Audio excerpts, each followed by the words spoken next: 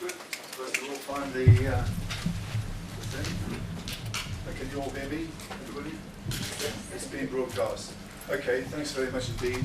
I'm Chris Ball. I'm the Chief Executive of this outfit, TAME, the Age and Employment Network. I'm doing this for free, for 4 reasons. One, because we're a charity and we stand for a fairer labour market for people in middle and later life. That's what we want to see. We want to try to fight age discrimination, but also to be much more positive of that, to actually look at the causes of age inequality, whatever it may be. Second, because I love the NHS. I passionately believe that we need the NHS, and I want it to succeed, and I can see that you've got problems going forward. Third, I guess because I've got a son who works in the NHS. My son and my daughter-in-law are F1 doctors in Maidstone NHS Trust. I'm delighted to see them working for the NHS, but I wonder about their future. They're going to have to be working until they're 68 or 70, you know. They need policies and employment practices that are going to help them to remain employable and work able into their later life, in that way, later life, midlife, really. And I suppose, fourthly, I do hope that some of you think that the kinds of things that we talk about and the sorts of things that TAME does and the kinds of contacts that we've developed, the sort of knowledge that we've acquired, is going to be a useful resource for you. We can work with you in a number of ways. You can join TAME. You can individually join TAME for a tenner a year, which is just a very, very new thing, but your organisations can join TAME, but also we can do work with you, run workshops, do some consultancy, help you to scope some of the issues and so on, talk about some of the examples. There are many more things that could be done than we have the money to do these things with. But hopefully some of the things that you want to do, because you need to do it, will be possible in this new regime. I'll stand to the side here so that you don't get obscured in the screen isn't in the way. What do supported policies need? Well, they need, I think we can see, to extend and conserve the working capacity of employees, and by so doing, obviously give them better life choices, including the choice to retire in a way that they want to do, to end cliff-edge retirement, and of course to maintain their employability and workability. Obviously, you know, your capacity to do the job is likely to decline if you don't do things to restore and replenish the totality of your resources over a lifetime. If you just have a dollop of training at the beginning of your career as a doctor, for example, and if you didn't have further training during the course of your life, the continuous professional development that you have to go through, you wouldn't be a very good doctor by the time you reach the age of 65, let alone 68. You know. But that has to happen to all of us. So many disciplines, so many occupations, we don't seem to get that kind of thing. So all of these things can be related to one another. I think, you know, the image of the iceberg kind of comes to mind, really. We can look at the older worker and think of all of these obvious things that are apparent to us. How easy would it be to replace this person when they retire?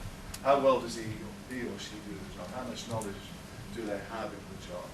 What potential do they offer us for redevelopment and so forth? What are we losing if they leave? Is this person a good team player? Are they a good leader?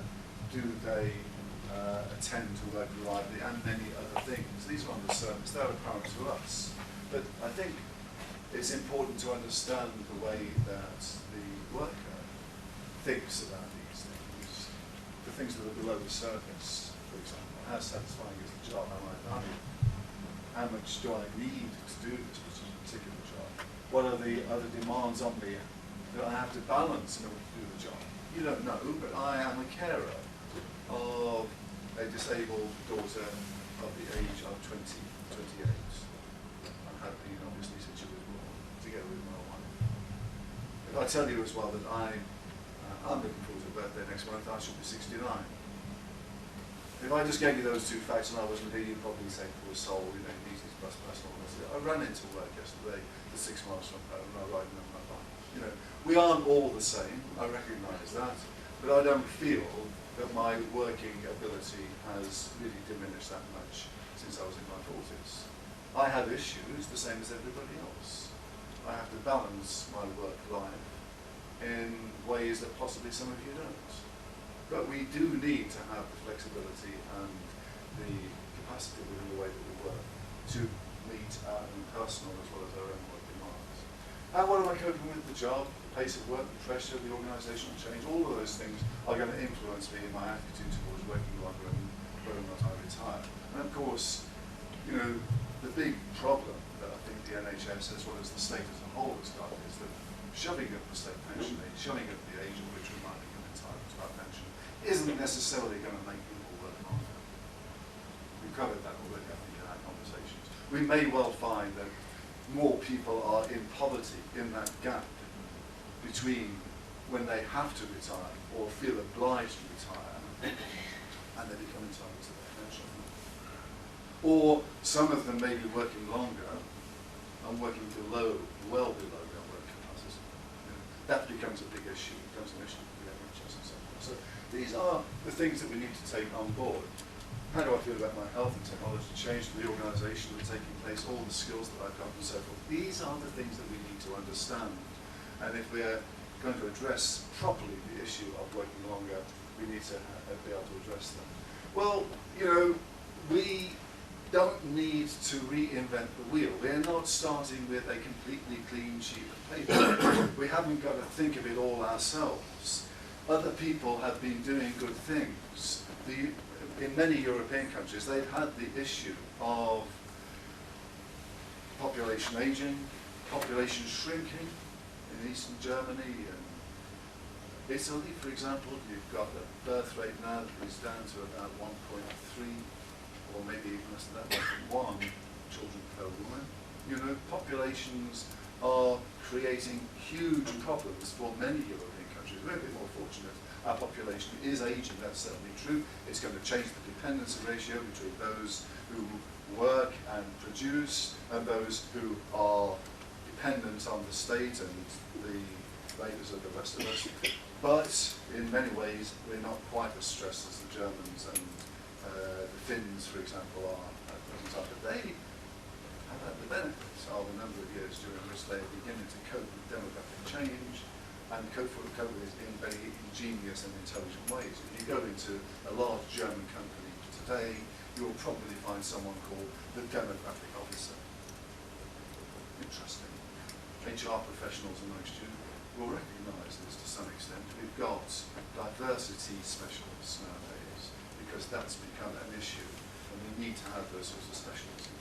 But the idea of having someone to lead thinking and to lead strategy in relation to our change, the way we respond to demographic change is something that we don't yet have, but we need to have it. We must have that ability to do this successfully. And so, you know, many companies, particularly larger companies, have opted for comprehensive approaches.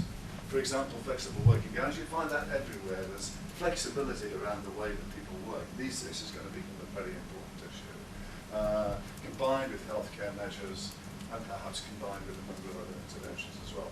Most initiatives that benefit older workers have been introduced at relatively low cost. Some of this is about, you know, simply having better lighting in the place, making sure that people have glasses, improving the way that people are allowed to take breaks or their sitting positions or something like that can make an enormous difference.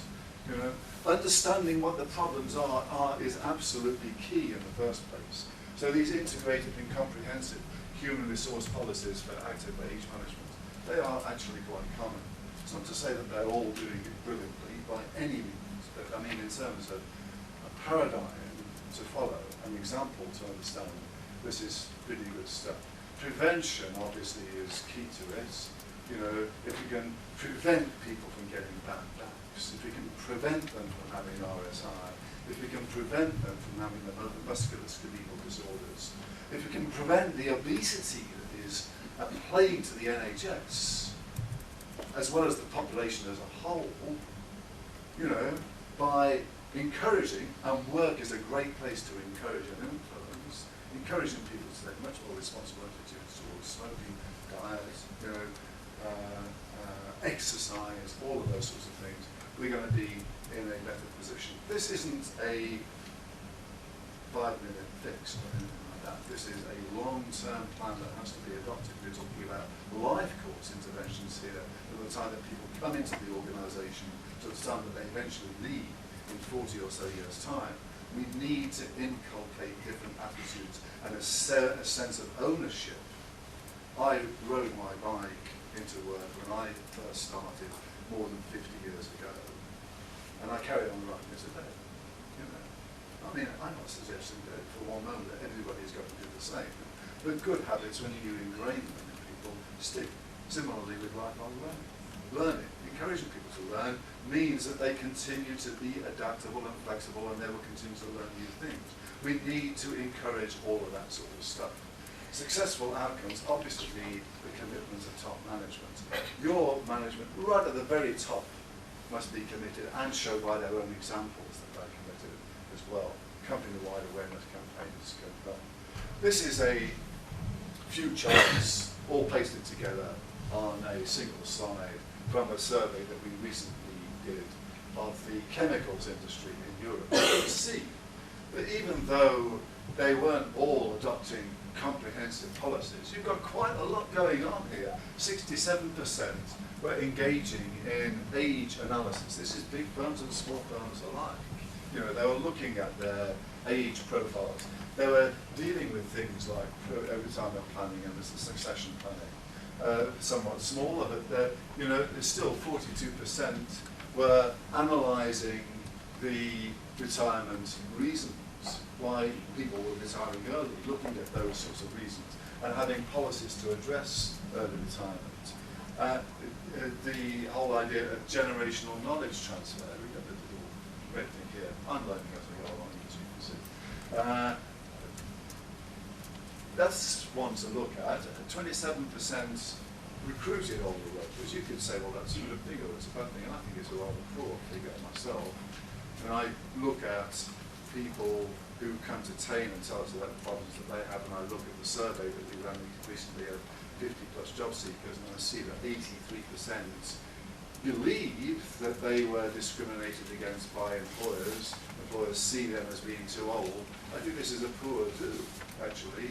If we believe that we're going to have to live longer, what on earth's the problem about recruiting somebody in their 50s or 60s to a job? How many of you here who are HR managers have recently recruited someone in their 50s to a job? You know, some examples, okay. But I think you may well find that if you talk to colleagues at the CIPD or whatever else, you know, and ask them about those sorts of things, they might not be thinking in terms of recruiting people as new starters in a new industry, perhaps in some cases, or a new job of that sort of age. But interestingly, you see that a very large proportion of them still believe that HR diversity is fundamental. So we have to think about all of the sorts of things that we can do, all of the sorts of measures that we can do as part of an age management approach. I'm not sure whether you can read that one there. The age management strategy of the organisation needs to be at the centre of this. It has to be led. And you can see that all of these sorts of things, recruitment, lifelong learning, career development, knowledge management, you're doing some of this stuff at the present time, probably most of it. But you need to have an age management or an age strategy or a demographic change strategy or an age diversity strategy, call it what you will. It's, you know, that kind of thing. It needs to be at the centre of the way that you approach these things. So what does good look like? What does good really, really look like? Here's a company that is doing things pretty well, BASF in Germany. I went to this plant in 2012 and interviewed several people. Actually, I interviewed the leader of the team called Generations of Work. They've got a small team of 6 people that are at the centre of the strategic age management in this company. I interviewed the Works Council representatives as well. And they are doing some pretty good stuff, it has to be said. But this summarises their approach. They talk about demographic management. And they are the strategic leaders of all this. It's adopted and endorsed right at the centre of the organisation. They do give it leadership. The corporate culture that has been engendered is one in which they think about these things. The approaches through which they tackle the risks and issues that come up encompass all of these sorts of policy type approaches here. From the way that they organise and adapt to working patterns, the way that they promote health inside the organisation, the way they do their own demographic analysis, the way they recruit, personal development processes that are taking place, the way they develop their people, qualifications and training, the cooperation and motivation they give to people, and so on. I won't read the rest of it. You can obviously read the slides yourself. Here's an example of one of the slides that was shown to me by the leader of the Generations of Work team. And this shows you basically how they do their demographic risk analysis of the company as a whole. It's a world company, the biggest chemicals company in the world. But you've got here, on the y-axis, high, medium and low demographic risk in the areas surrounding the site. Obviously we're talking here about the population. What does the population look like? Is that going to cause us problems? Is it shrinking? Is it aging? Is it both? Is it doing both of those things? And along the bottom here we have the demographic profile of the organisation. What does the demography of our organisation look like? And so, according to the size of the organisation, you've got a position on the graph here. And so this one here, for example, represents a pretty high risk in terms of the age structure of the organisation, but a relatively low risk in terms of the location in which it's situated. So therefore, it's likely that they'll be able to go out and recruit more people to fill the jobs that are going to be lost because a lot of people will be retiring in the future. Any guesses where that might be? In the world? That's the United States. Okay. Germany is more like it here. So there we go. These are the different kinds of demographic risks that they have identified. Here we've got qualified employees, recruiting them, bottleneck, the difficulties that that entails, the knowledge loss to employees retiring, the increase in numbers of the 50 plus in the workforce, absenteeism, sickness and so on. So you can see these risks manifested in various ways. And the way in which their strategy is implemented across the organisation worldwide is both through the development of guidelines and rules at the centre, policies and approaches, and a decentralised implementation. You've got to actually implement age management locally with the work team, the work group, addressing the specific needs that they have got. So that's kind of an interesting sort of theoretical background, really, to the way that BASF deal with things. They try to increase the awareness and foster managers and employees' self-responsibility. They define the areas of action that are necessary in each small part, whether it's a lab, whether it's a processing area, whether it's amongst the sales force, whether it's amongst the office staff or whatever. And they try to ensure a degree of consistency globally. You could sort of say that and take that and say that's the approach that the NHS as a whole sort of adopt. Examples of the kinds of things that they do, well, we've got professional development events, we've got the BSF Gesundheits check, the health check, health and fitness programs. You've got policies in relation to work and family, vocational training opportunities, policies in relation to the environment, and so forth. Some unit-specific examples. In this particular one, it looks as though we're dealing with display screen equipment, new lifting techniques there in this particular place where they're fitting boundaries of something or other, probably agrochemicals or something like that. Wastewater treatment plants, they mentioned new layout for the office plants. Here we've got the exercise class taking place. So a lot of things going on. Actually decided, you can talk about loads and loads of little examples, but the point I'm trying to get across to you really is that you must think about the big picture. You need to think about the big part of it. That's an example of what's going on the Mannheim site, BASF Mannheim. This is a learning centre, and you've got a massive investment in learning, encouraging people to learn. All of that is taking place. There are a huge range of courses. Some of them are in things that are really quite peripheral to people's work, but on the other hand, it encourages people to learn. Language training is a very important part of what they do. The Germans, we know about fantastic polyglots, great. They all speak English, like how to speak German, we go there. But nonetheless, that has to come about in some way. And this is an interesting one.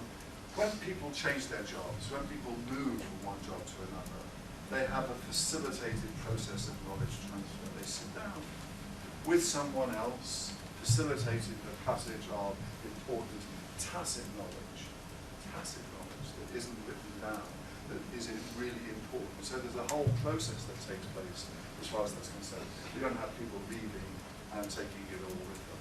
So some more examples. I can carry on. I've probably got too many slides. If I'm boring you, just say and interrupt. But I mean, flexibility, you've got examples in BT here in this country. They've done some very good work. Work is what you do, not where you go. And you've got a lot of people working from home, as you can see in BT. You've got many different ways in which you can work, part-time, compressed hours, job share. They've got a website, the Achieving the Balance website. They've got a dedicated site for home workers. This whole approach of work and fitness, I really do believe that it's so important. You feel very differently about work, going to work, doing the job, if you are physically fit, if you are able to take some exercise. But I've spent a good bit of my life trying to encourage employers to install showers, to put in bike racks, to do things, very little things that cost almost nothing, that can make an enormous difference to people in terms of the likelihood of them being able to engage in physical exercise. I know that in places where I've worked, if there's a tiny number of bike racks, there's a tiny number of people riding to work in their bikes. If you increase the number of bike racks, you increase the number of people who are going to be riding into work. It's as simple as that. And so we have to think about these sorts of things. I can't give you any kind of blanket answer to them. It depends on the locality, it depends on the organisation, it depends on the needs of a particular group of employees. You have examples of companies that put on ballroom dancing sessions, salsa sessions, or a hospital in Singapore, I know, where they have a lunchtime walking club. They walk around the block at lunchtime. They encourage people to do that kind of thing. Obviously, campaigns and that kind of thing. You can wear pedometers. There's a big movement now to give out pedometers and put up a chart on the wall. You have little groups of people who can work together as a team and walk around the world between them, and you've got some competition taking place there. And generating a spirit of enthusiasm. I mean, a lot of this actually is great stuff, but I think I would just say one word of warning. You can change people's lives permanently, or you can change them just just by having a sort of momentary experience. I think a lot of this is going to be about how do we actually sustain this. So that's going to be one of the issues. So health promotion and protection, I think, is very important. I would say, ask yourselves these questions about health promotion. Does it play a key part in the organisation?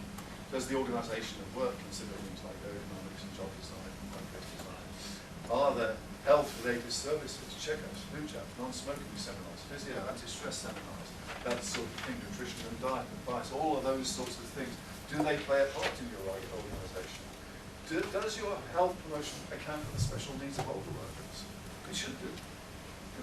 Don't think that health is only for younger people. It needs to apply to all of us. And does the organisation provide measures for rehabilitation after a long due to sickness? That's the person who said we won't be looking at our occupational health service and so forth. I think we've got it in one as far as all that's sort of needs concerned.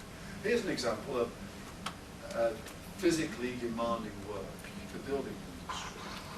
And, we know that the guys who work in the building industry, this overwhelming. They have a culture in which they're actually doing very strenuous physical work, but they nonetheless have other physical things that they don't do. They become obese, they eat too much, they drink too much, they smoke. So it's a combination of things, actually, that causes the decline in the work capacity of your building work. How many of them engage in stretching? How many of them would ever think of going to a yoga class? How many of them would think of doing Pilates? It's kind of difficult. You're talking to building workers here. You're going to break into a different culture. What they've actually succeeded in doing there in the building department of Helsinki is that they've offered them a deal. They've offered them improved health checks, medical care support, the gym and all that kind of thing. They've engaged in a process of discouraging excessive smoking, excessive drinking, and smoking and so on. They've had meetings with the occupational health physician and so on. So as a result of that, they have been able, they report, to achieve a situation where retirement ages are actually rising, sickness is declining. Now, I don't pretend this is an easy thing to do, but I think studying some of these examples would help us somewhat. Here's an example of a project. Some of these things that we can see in Europe are happening as a result of projects either supported by the European Social Fund or European funding in some way.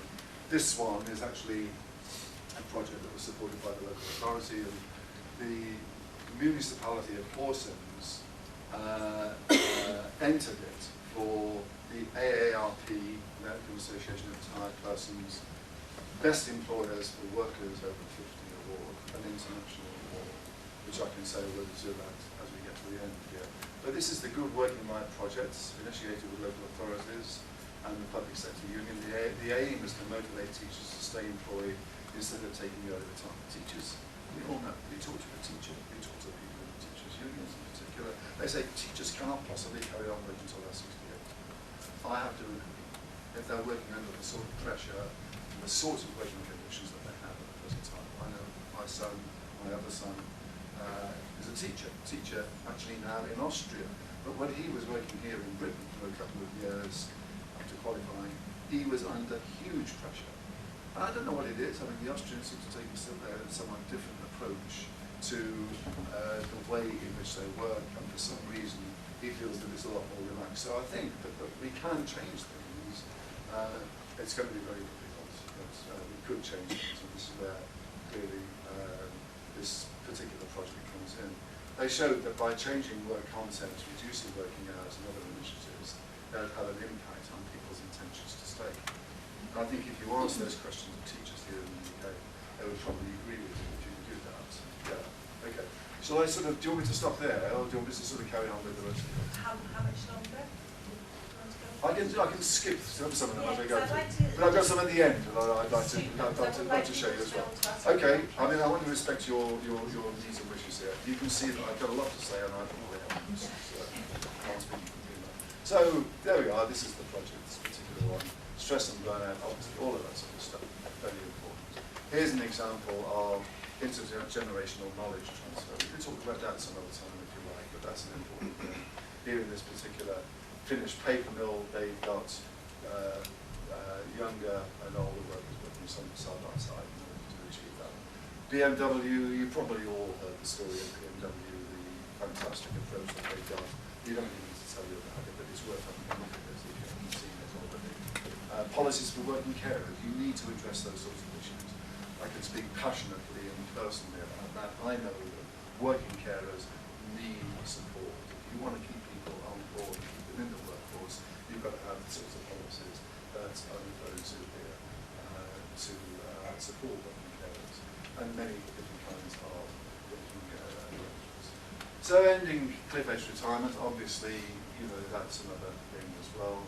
It needs to have different policies, phased, design, flexible, winding down, stepping down, options other than retirement, different roles, different working conditions, career breaks, bridge jobs, that sort of thing. The patterns of retirement in the workforce as a whole should be analysed. Are workers who left still seen as a potential resource? There are many ways in which one can approach that particular issue. Obviously, dealing with these issues inevitably takes you into the culture of the organisation, the management style. Are you giving training to your people in age awareness? If you don't have the view that every manager is an age manager, you're not going to succeed. If it's a policy that the HR department is responsible for, and you put it in a nice file that stays on your shelf in your room, this isn't going to work. This is going to be something that you all buy into, and that everyone who manages someone else understands that they've got to become age sensitive in their approach. Not just about being kind to people, not just about being respectful, although of course it's that as well, but it's about being proactive in your understanding of what do we need to do to change the job to reflect the need so that we can preserve their employability and their working capacity, their workability as they become older. In the German chemicals industry, they've actually got a collective agreement dealing with some of these issues. And if you talk to even small companies in the chemical industry, they are engaging with their workers in discussions about these issues. Having social dialogue, as they call it, is really crucial. It really is an important part of the process. This isn't just about management. This is about engaging with the workforce as a whole. And the agreement itself is a very interesting one. You can see so there are some sources of information. I hope that the slides can be circulated and you can see that there's things like this database. It's the AARP, Best Employers for Workers Over 50 International Award. We would like to encourage you to apply for it. It reopens next year. We're representing the AARP here in the United Kingdom. We'd like to see some NHS applicants for it. It's a fantastic award because it is so international. The winners get to go to San Diego to deal with it if they wish to do that. You're going to be comparing your policies with companies in Australia, Singapore, and so I've forth. just stopped to go to San Diego. Yeah. Okay, right. You've got these sorts of things that are available as well. I mean, we can go on, and of course, support from TAPE. This is products of the European Social Fund Age Management Network, which we were involved in. As I said, you can apply to join TAPE, and please do put my business card there, or take our contact details from the website. Some of these things that we can help you with, training and age management consultancy, publications. So that's it, really. Thanks. I haven't sort of trespassed upon your time by going. No,